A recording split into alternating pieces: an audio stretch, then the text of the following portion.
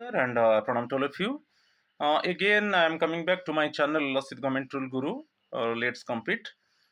Today, again, I will discuss MSCP, Modified Assured Career Progression Scheme. It is part 4. In this part, also, I will discuss some important features and also some calculation related to the combination of promotion and MSCP. So, definitely, the session would be interesting one. So, my friends, please subscribe my channel, Asit Government Rule Guru. Let's compete. Please subscribe my channel, like my channel, share my channel, so that you can get notification for my upcoming videos. If you are seeing my video, then please subscribe my channel. Definitely, in posting time, you will get quality videos. So if any doubt is there, you join my WhatsApp number. It is 8327782034, and if any query is there, you ask me and clear your doubt. So now I am going to discuss MSCP part 4. So first I will discuss some important features of MSCP. First one, you see, financial benefits link to pay are allowed. इसमें क्या है, आपका जो पे level है उसके हिसाब से, जैसे टीएडीए है कि आपका जो हाउस रेंट अलाउंस है, जो भी आपका पे लेवल का जो रिलेटेड है, उसी रिलेटेड में आपको जो बेनिफिट मिलना चाहिए मिलेगा. ये एक फाइनेंशियल, हम जानते हैं कि एमएससीपी में एक फाइनेंशियल अपग्रेडेशन है. उसमें आपका पोस्ट में चेंज नहीं होगा, सीनियरिटी में चेंज नहीं होगा. आपका पोस्ट वही रहेगा, आपका सीनियरिटी वही रहेगा, आपका ड्यूटीज रेस्पॉन्सिबिलिटीज सही रहेगा. ओनली आप एक हायर पे लेवल को चले जाएंगे, मगर उसमें जो पे लेवल को जाएंगे उसमें उसी पे लेवल रिलेटेड जो भी बेनिफिट्स है, फाइनेंशियल बेनिफिट्स है, आपको मिलेगा. क्योंकि पे लेवल के हिसाब से आप हमारा टीएडीए फिक्स होता है. ये आपका पे लेवल के हिसाब से आपका हाउस रेंट अलाउंस होता है, तो उसके हिसाब से आपको बेनिफिट्स मिलेगा. यही फर्स्ट फीचर बोल रहा है. थोड़ा उसको उसका एक्सप्लेनेशन देखेंगे. सिंस योर बेसिक पे increases, benefits that depend on the pay drawn also increase. Benefits: house building allowance eligibility, government accommodation entitlement if linked to pay level or pay drawn, higher entitlements for travel allowance, TADA during official tours or transfers, other allowances or benefits that are based on basic pay wherever the relevant rules provide. तो ये तो common चीज है. आप ये question करेंगे कि मेरा तो पोस्ट में कोई चेंज नहीं हुआ, मेरा सीनियरिटी में कोई चेंज नहीं हुआ, मेरा ड्यूटीज रेस्पॉन्सिबिलिटीज में कोई चेंज नहीं हुआ, मगर आपका तो पे लेवल चेंज हुआ ना. एक हायर पे लेवल को आप चले गए. पे लेवल रिलेटेड के हिसाब से टीएडीए मिलता है, हाउस रेंट अलाउंस मिलता है, हाउस बिल्डिंग एडवांस मिलता है. तो वो जो बेनिफिट है वो बेनिफिट मिलेगा. ठीक है, तो ये फर्स्ट फीचर था. क्लियर. सेकेंड वन, अपर्स के ऊपर ये बहुत इंपॉर्टेंट है. annual performance appraisal reports are assessed for grant of MACP. APAR बहुत इंपॉर्टेंट है. आपका जब एमएससीपी जो स्क्रीनिंग कमिटी जब बैठेगा, जो आफ्टर कंप्लीशन ऑफ 10 ईयर्स की 20 ईयर्स 30 ईयर्स जो आपका एमएससीपी मिलेगा, तो उसमें आपका 5 ईयर्स अपार में वेरी गुड होना चाहिए. 5 ईयर्स अपार में आपका वेरी गुड होना चाहिए. यदि 5 ईयर्स अपार में एक गुड हो जाएगा तो आप को एमएससीपी नहीं मिलेगा. So one thing you remember, previous 5 years अपार considered by the screening committee, and each and every year actually your upper score should be very good, right? तो ये बहुत इंपॉर्टेंट है. इसके ऊपर थोड़ा एक्सप्लेनेशन हम देखेंगे. MACP due on or after 25th July 2016. इसके बाद for all MACPs that become due on or after 25 July 2016, the prescribed benchmark is very good. However, this very good requirement applies only to uppers for 2016-17 onwards. Number of uppers required: 5 years uppers, preceding 5 years available at the time of consideration. तो ये बहुत important है. तो उसमें आप याद रखिए कि 25 जुलाई 2016 के बाद आपका जो स्क्रीनिंग कमिटी, जो एमएससीपी के ऊपर जो स्क्रीनिंग कमिटी है, वो जब आपको कंसीडर करेगा एमएससीपी के लिए, तो उस समय आपका आप जो 5 ईयर्स अपर चेक करेगा उसमें वेरी गुड होना चाहिए. उसके पहले क्या था, गुड था, मगर अभी 7th पे कमीशन में जो 5 ईयर्स आपका देखा जाएगा वो वेरी गुड होना चाहिए। अच्छा, मैं ग्रेड भी बताया था आपको, ग्रेड भी बताया था कि जैसे जो गुड है, मैं यहाँ पर करता हूँ फोर, इसमें याद रखिए आपका 4 < सपोज यहाँ पर मैं गुड लिख दिया, <6, ये गुड है। इसी के अंदर यदि वैल्यू रहेगा 4 to 6 के अंदर गुड रहेगा। अच्छा, वेरी गुड के लिए आपका ये रहेगा, सपोज ये वेरी गुड कर दिया, मैं स्कोर कर दिया, ओके, <8, ये वेरी गुड है। 6 इक्वल टू 6, ओके, और विद इन 8, ये वेरी गुड है। ठीक है, तो आपका 5 ईयर्स जो अपर का जो ग्रेडिंग है वेरी गुड होना चाहिए।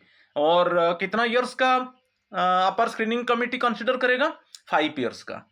और ईच एंड एवरी ईयर में वेरी गुड होना चाहिए। आप क्वेश्चन करेंगे सपोज आउट ऑफ 5 ईयर्स एक ईयर में ओनली गुड हो गया, तब आपको एमएससीपी नहीं मिलेगा, क्योंकि वो बोल रहा है कि जो 5 ईयर्स का अपर कंसिडर होगा ईच एंड एवरी ईयर में वेरी गुड होना चाहिए। ठीक है,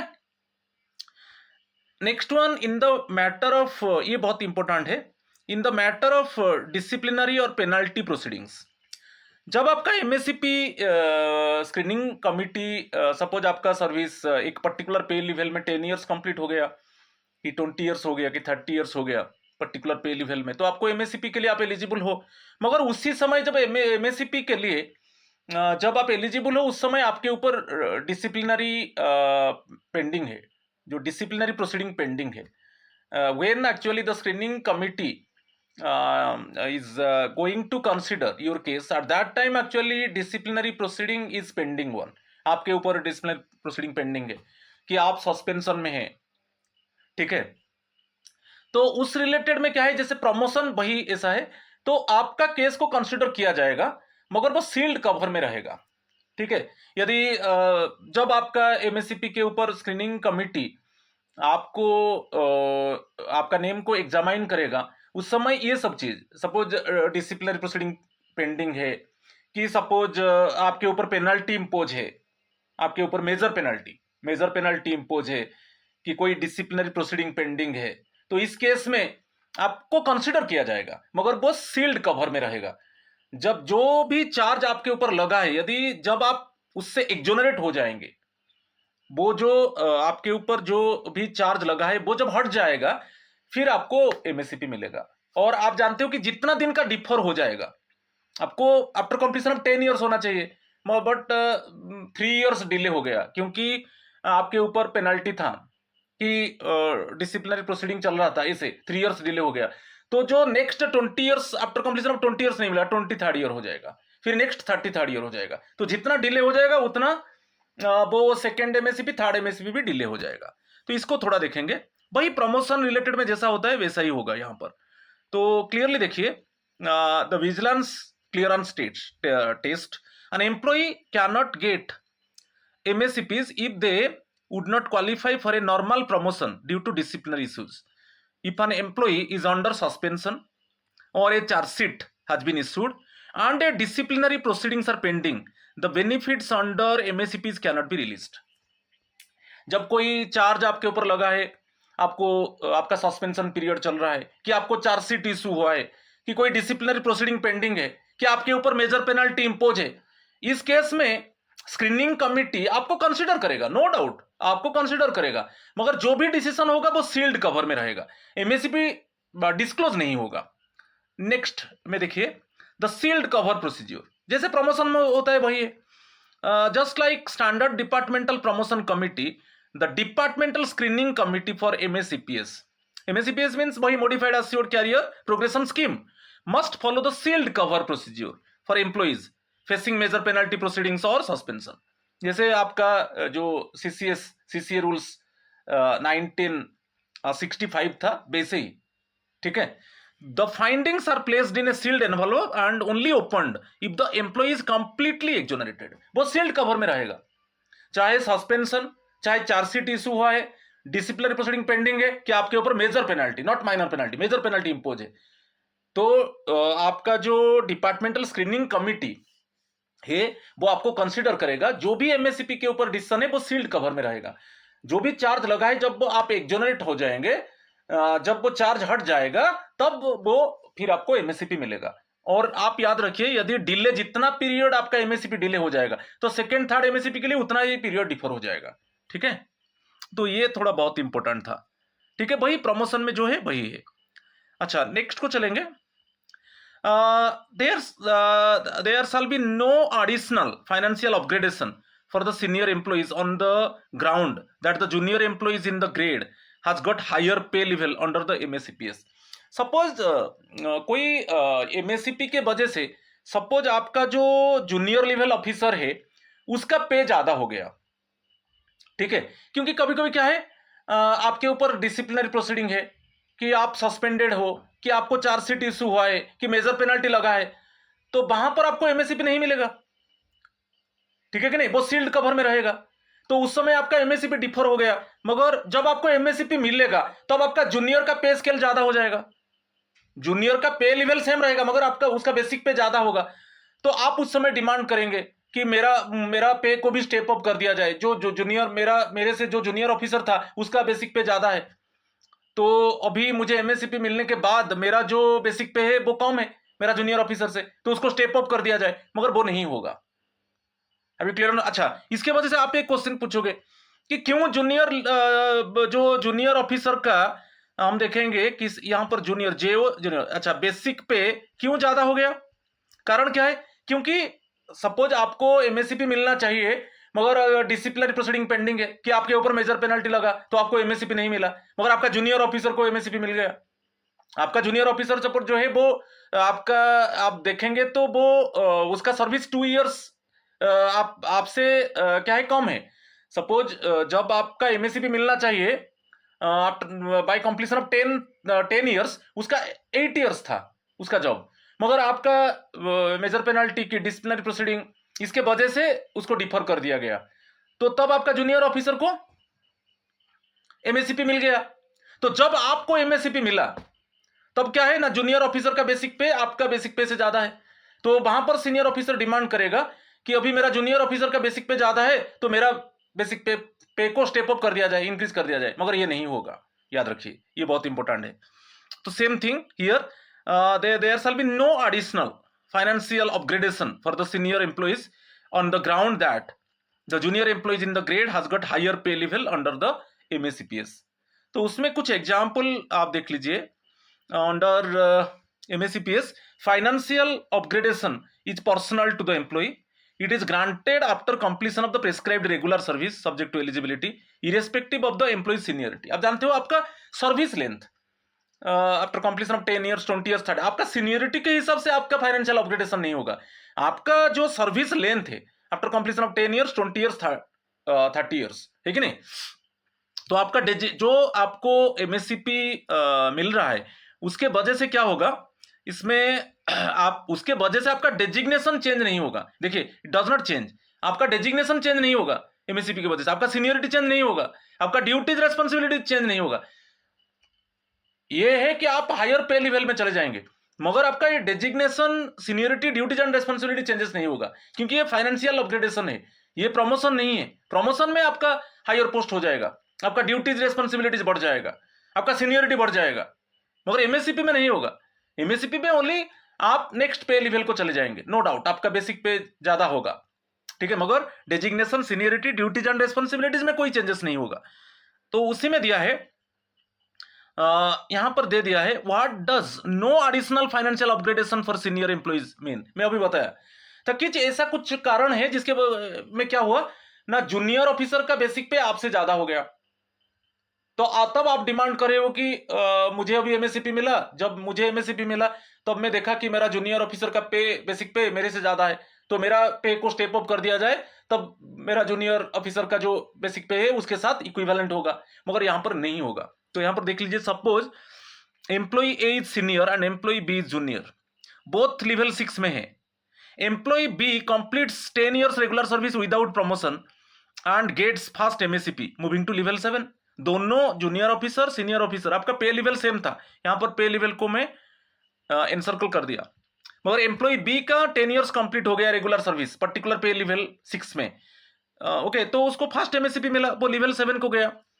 employ A has already received a regular promotion, पहले से क्या है, सपोज एम्प्लॉय ए को रेगुलर प्रमोशन मिला है, ठीक है, अर्लियर, और is otherwise not eligible for MSCP at that time. दो केस हो सकता है, पहले उसको रेगुलर प्रमोशन मिला है कि अभी उसका एमएससीपी के लिए वो एलिजिबल नहीं है। क्यों एलिजिबल नहीं है?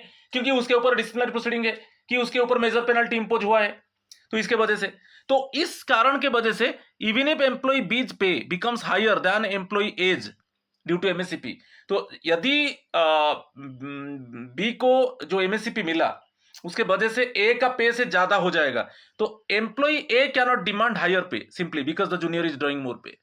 तो वही कोई कारण के वजह से, सपोज आपको पहले प्रमोशन मिल गया, ओके, आपका जूनियर ऑफिसर को प्रमोशन नहीं मिला, मगर जब 10 इयर्स कंप्लीट हुआ उसको एमएससीपी मिला, तब कंपैरिजन देखा गया कि उसका बेसिक पे ज्यादा है, तब सीनियर ऑफिसर डिमांड कर रहा है कि अभी जूनियर ऑफिसर का पे ज्यादा है तो मेरा पे को स्टेप अप कर दिया जाए। ये नहीं होगा।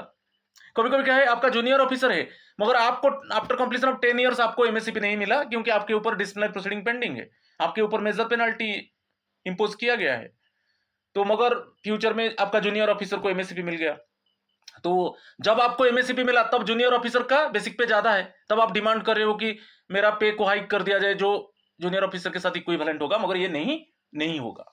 ठीक है, इसको आप याद रखिए। ठीक है, क्लियर।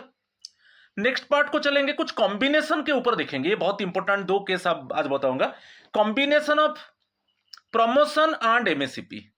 ठीक है, combination of promotion and MSCP देखेंगे, दोनों कंबाइन होकर है, तो कैसा कैलकुलेशन हम देखेंगे उसको, ये बहुत इंपॉर्टेंट है। दो कंडीशन, पहले मेरा जो प्रीवियस वीडियो था एक कंडीशन बताया था, आज एक कंडीशन में बता रहा हूं। आप यहां पर देखिए, आप ज्वाइन किए थे पे लेवल 2 में, फर्स्ट कंडीशन देखिए, पे लेवल 2 में ज्वाइन किए थे, लेवल 2 में जब आप 8 इयर्स कंप्लीट किया तब आपको प्रमोशन मिला, रेगुलर प्रमोशन मिला आफ्टर कंप्लीशन ऑफ 8 इयर्स, तो पे लेवल 4 को आप आ गए, तो एक प्रमोशन मिल गया, मींस यहां पर फास्ट एमएससीपी आपको नहीं मिलेगा, क्योंकि फास्ट एमएससीपी कम मिलता है आफ्टर कंप्लीशन ऑफ 10 इयर्स, मगर उसके पहले आपको यहां पर प्रमोशन मिल गया, पे लेवल 2 से पे लेवल 4 को आ गए, तो यहां पर फास्ट एमएससीपी का कोई नाम निशान नहीं है, याद रखिए, ये कैलकुलेशन है। ठीक है, तो बाकी नेक्स्ट वन, पे लेवल 4 में आप 10 इयर्स काम किया, तो आप जानते हो कोई पर्टिकुलर लेवल में आप 10 इयर्स काम करोगे तो आपको एमएससीपी मिलेगा, तो यहां पर दे दिया, यहां पर हम बोलेंगे कि ये सेकेंड एमएससीपी है, क्योंकि मैं बार बार बताया कि जब आपका इनिशियल जो पे लेवल 2 में आप ज्वाइन किए थे उसमें आप 8 इयर्स काम करने के बाद आपका प्रमोशन हो गया, तो वहां पर फास्ट एमएससीपी मर्ज हो गया, फास्ट एमएससीपी का कोई नाम निशान नहीं है, मगर फिर जब पे लेवल 4 में आप 10 इयर्स काम किया तो आपको एमएससीपी मिलेगा, तो उसको हम सेकेंड एमएससीपी बोलेंगे। ठीक है, क्लियर। आप बोलेंगे यहां पर फास्ट एमएससीपी कहां गया, फास्ट एमएससीपी क्या हुआ, वहां पर जो प्रमोशन हो गया after completion of 8 years on level 2, तो वही हो गया, वहीं पर मर्ज हो गया वो फास्ट एमएससीपी, तो यहां पर 18 इयर्स हो गया, तो आप पे लेवल 4 में 10 इयर्स काम किया तो आपको सेकेंड एमएससीपी मिला।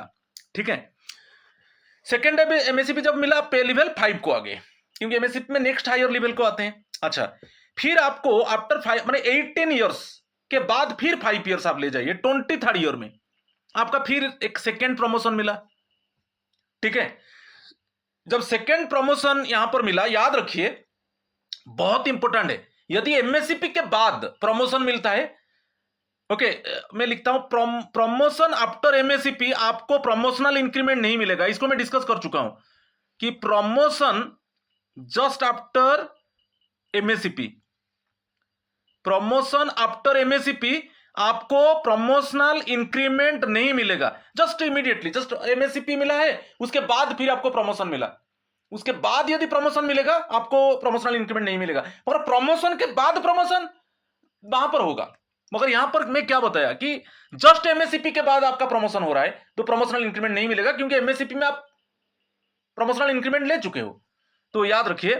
तो यहां पर वही हुआ कि ये पे लेवल 5 में थे और देन आफ्टर 5 23rd ईयर में आपका प्रमोशन हो गया, तो आप पे लेवल 7 को आ गए, मगर यहां पर क्या होगा, प्रमोशनल इंक्रीमेंट नहीं मिलेगा, क्योंकि आप ऑलरेडी प्रमोशनल इंक्रीमेंट यहां पर आप ले चुके हो। तो एमएससीपी के बाद यदि इमीडिएटली एमएससीपी के बाद यदि जो प्रमोशन होता है उसमें प्रमोशनल इंक्रीमेंट नहीं मिलेगा। अच्छा, इसके बाद यदि फिर प्रमोशन होगा, इसके बाद प्रमोशन के बाद प्रमोशन होगा, उसमें प्रमोशनल इंक्रीमेंट मिलेगा। मगर इमीडिएटली एमएससीपी के बाद जो प्रमोशन हो रहा है उसमें प्रमोशनल इंक्रीमेंट नहीं मिलेगा। इसमें मैं लिख दिया कि जैसे आप सेकंड एमएससीपी मिला था, प्रमोशनल इंक्रीमेंट मिला था, है कि नहीं? मगर जब जस्ट एमएससीपी के बाद जो प्रमोशन हुआ उसमें प्रमोशनल इंक्रीमेंट नहीं मिलेगा। अच्छा, 23rd ईयर में आपका सेकंड प्रमोशन मिला, ठीक है, ये थर्ड प्रमोशनल अपग्रेडेशन है, तो आपको थर्ड एमएससीपी कब मिलेगा, ये इंपॉर्टेंट है, ये क्वेश्चन। अच्छा, आप याद रखिए कि यहां पर फर्स्ट एमएससीपी इसके साथ मर्ज हो गया आफ्टर कंप्लीशन ऑफ 8 इयर्स। जब आप पे लेवल 4 में 10 इयर्स काम किए तो आपको एमएससीपी मिला, वो सेकंड एमएससीपी हम बोलेंगे, पे लेवल 5 को आगे। उसके बाद क्या हुआ, आफ्टर 5 इयर्स आपको 18 ईयर से काउंट कीजिए, जब जस्ट आपको सेकंड एमएससीपी मिला, आफ्टर 5 इयर्स आपका सेकंड प्रमोशन आ गया, ठीक है, तो 23rd ईयर्स में आपका सेकंड प्रमोशन आ गया। मगर यहां पे आप जब एमएससीपी मिला था आप प्रमोशनल इंक्रीमेंट ले चुके थे, यहां पर आपको प्रमोशनल इंक्रीमेंट नहीं मिलेगा। और बाकी जब 23 इयर्स हो गया उससे 10 इयर्स ऐड कर दीजिए, क्योंकि जिस पे लेवल में आप 10 इयर्स काम करोगे तो आपको एमएससीपी मिलेगा, तो 33 इयर्स हो जाता है। 23 इयर्स में 10 इयर्स ऐड कर दीजिए, कितना हुआ, 33 इयर्स, तो आपको third MSCP completion of 30 years. मगर यहां पर कभी कभी 4 अपग्रेडेशन हो गया, फर्स्ट है promotional upgradation, second financial upgradation, third फिर प्रमोशनल अपग्रेडेशन, फोर्थ फाइनल। आप बोलेंगे कि तो 4 अपग्रेडेशन हो गया, तो आप बोलेंगे तो रूल है कि 3 अपग्रेडेशन, मगर ठीक है, आप जानते हो कि 3 अपग्रेडेशन है, मगर यहां पर आपको थर्ड एमएससीपी मिलेगा ऑन कंप्लीशन ऑफ 30 इयर्स, ठीक है, ऐसा कैलकुलेशन आप याद रखिए, क्योंकि आपका जो सेकेंड प्रमोशन हो रहा है वो 23rd ईयर में होता है। तो पे लेवल 7 को आते हो, तो पे लेवल 7 में आप 10 इयर्स काम करोगे तो आपको एमएससीपी मिलेगा। तो पे लेवल 7 में आप 10 इयर्स जब काम करोगे, कब खत्म होगा, 33 इयर्स, 33rd ईयर। तो हमारा तो जो रूल है, by 10 years, by 20 years, by 30 years MSCP मिलेगा, तो आपको third MSCP completion of 30 years में मिलेगा, ठीक है, ऐसे कैलकुलेशन है। क्लियर हो गए? तो इसमें क्या है, प्रमोशन, एमएससीपी, प्रमोशन, फिर एमएससीपी, ठीक है। अच्छा, नेक्स्ट और एक सिचुएशन आप देखिए, और एक सिचुएशन देखिए, यहां पर क्या है, वही पे लेवल 2 में कंसर्न एम्प्लॉय था, अभी आफ्टर कंप्लीशन ऑफ 8 इयर्स, जब आपका सर्विस पे लेवल 2 में 8 इयर्स कंप्लीट हुआ है तो आपका फास्ट प्रमोशन हुआ, तो आप पे लेवल 4 को आ गए। तो यहां पर आपको जो फास्ट एमएससीपी वो नहीं रहेगा, क्योंकि वो इसी में मर्ज हो जाएगा, फास्ट प्रमोशन में मर्ज हो जाएगा। फास्ट एमएससीपी का कोई नाम नहीं, इसी में मर्ज हो जाएगा, क्योंकि बाय कंप्लीशन ऑफ 10 इयर्स आपको एमएससीपी मिलेगा, तो फास्ट एमएससीपी यहां पर इसके साथ मर्ज हो गया। अच्छा, फिर पे लेवल 4 में आप 10 इयर्स काम किए, तो जब कोई पे लेवल में आप 10 इयर्स काम करोगे तो एमएससीपी मिलेगा, तो यहां पर सेकंड एमएससीपी इसको बोलेंगे हम, 18 इयर्स, तो यहां पर आप पे लेवल 5 को आ गए, ठीक है, क्लियर। अच्छा, देन नेक्स्ट वन, फिर 19th ईयर में जस्ट 18 इयर्स, जस्ट 1 ईयर के अंदर फिर आपको सेकंड प्रमोशन मिला, जस्ट 1 ईयर के अंदर, तो इसमें आपको प्रमोशनल इंक्रीमेंट मिल चुका है एमएससीपी टाइम में। मैं बोला था जस्ट एमएससीपी के बाद जो प्रमोशन होगा उसमें आपको प्रमोशनल इंक्रीमेंट नहीं मिलेगा, और यहां पर एक रूल है कि वो बोल रहा है कि before 20 years, before completion of 20 years यदि आपको 2 प्रमोशन मिल जाता है तो थर्ड एमएससीपी होगा, उसमें 10 इयर्स आप ऐड कर दीजिए, तो सपोज 28th ईयर की 29th ईयर और 30 years, which ever is earlier. तो यहां पर आप देखिए माने 18 इयर्स में आपको एमएससीपी मिला, सेकंड एमएससीपी, क्योंकि पे लेवल आप 4 में 10 इयर्स काम किए तो पे लेवल 5 को आ गए, मगर just 19th year, just 1 year के अंदर आपको फिर प्रमोशन मिल गया। तो यहां पर रूल क्या है कि लेस देन 20 इयर्स आपको 2 प्रमोशन मिल गया, तो यहां पर जब 19th ईयर में आपको प्रमोशन मिला उससे 10 ऐड कर दीजिए, फिर 29th ईयर में आपको थर्ड एमएससीपी मिलेगा। अभी क्लियर अंडरस्टूड? तो एक रूल यहां पर है कि बिफोर 20 इयर्स यदि 2 प्रमोशन हो जाता है, सपोज 18 इयर्स में आपका सेकंड प्रमोशन है, तो आपको थर्ड एमएससीपी कब मिलेगा, 28th ईयर में, कि आपको सेकंड प्रमोशन आपका 17th ईयर में मिला, सेकंड प्रमोशन, तो आपका थर्ड एमएससीपी कब मिलेगा? 27th ईयर में। तो याद रखिए, क्लियर? तो ये मेरा डिस्कशन था, दो क्लू के ऊपर मैं थोड़ा बताया। और आप याद रखिए, यदि जस्ट एमएससीपी के बाद, मगर आप यहां पर क्वेश्चन पूछ सकते हो कि फर्स्ट एमएससीपी, इस एमएससीपी में प्रमोशनल इंक्रीमेंट मिला, जस्ट आफ्टर दैट फिर प्रमोशन हुआ। अच्छा, इस प्रमोशन में प्रमोशनल इंक्रीमेंट क्या होगा? नहीं मिलेगा, इसमें प्रमोशनल इंक्रीमेंट नहीं मिलेगा। फिर प्रमोशन हुआ, क्या इसमें प्रमोशनल इंक्रीमेंट मिलेगा कि नहीं? इसमें प्रमोशनल इंक्रीमेंट मिलेगा। रूल है, जस्ट एमएससीपी के बाद यदि जो प्रमोशन होता है उसमें प्रमोशनल इंक्रीमेंट नहीं मिलेगा, क्योंकि एमएससीपी में प्रमोशनल इंक्रीमेंट ले चुके हो। मगर प्रमोशन के बाद प्रमोशन हो रहा है, प्रमोशनल इंक्रीमेंट मिलेगा कि नहीं मिलेगा? जैसे मेरा एग्जांपल में देखिए, एमएससीपी में प्रमोशनल इंक्रीमेंट मिला, मैं टिक लगाया। उसके बाद जो प्रमोशन हुआ उसमें प्रमोशनल इंक्रीमेंट नहीं मिलेगा। उसके बाद फिर प्रमोशन हुआ, उसमें प्रमोशनल इंक्रीमेंट मिलेगा। तो ये रूल थोड़ा देखिए, ठीक है? तो 4 अपग्रेडेशन से, मगर हम बोलते हैं कि जो रूल है 3 फाइनेंशियल अपग्रेडेशन होना चाहिए, 3 होना चाहिए, मगर कैलकुलेशन क्या है आप देखिए, कैसे एमएससीपी मिलता है वो कैलकुलेशन देखिए, ठीक है? सो माय फ्रेंड्स, मेरा लास्ट वीडियो उसके ऊपर आएगा। नेक्स्ट वीडियो में पार्ट 5 में कुछ फीचर्स बाकी है, बाकी एक कैलकुलेशन कुछ ऐसा है, कॉम्बिनेशन एमएससीपी एंड प्रमोशन, उसको वेट कीजिए। So my friends, please subscribe my channel, share my channel, like my channel, so that you can get notification for my quality videos. Thank you and namaskar to all of you.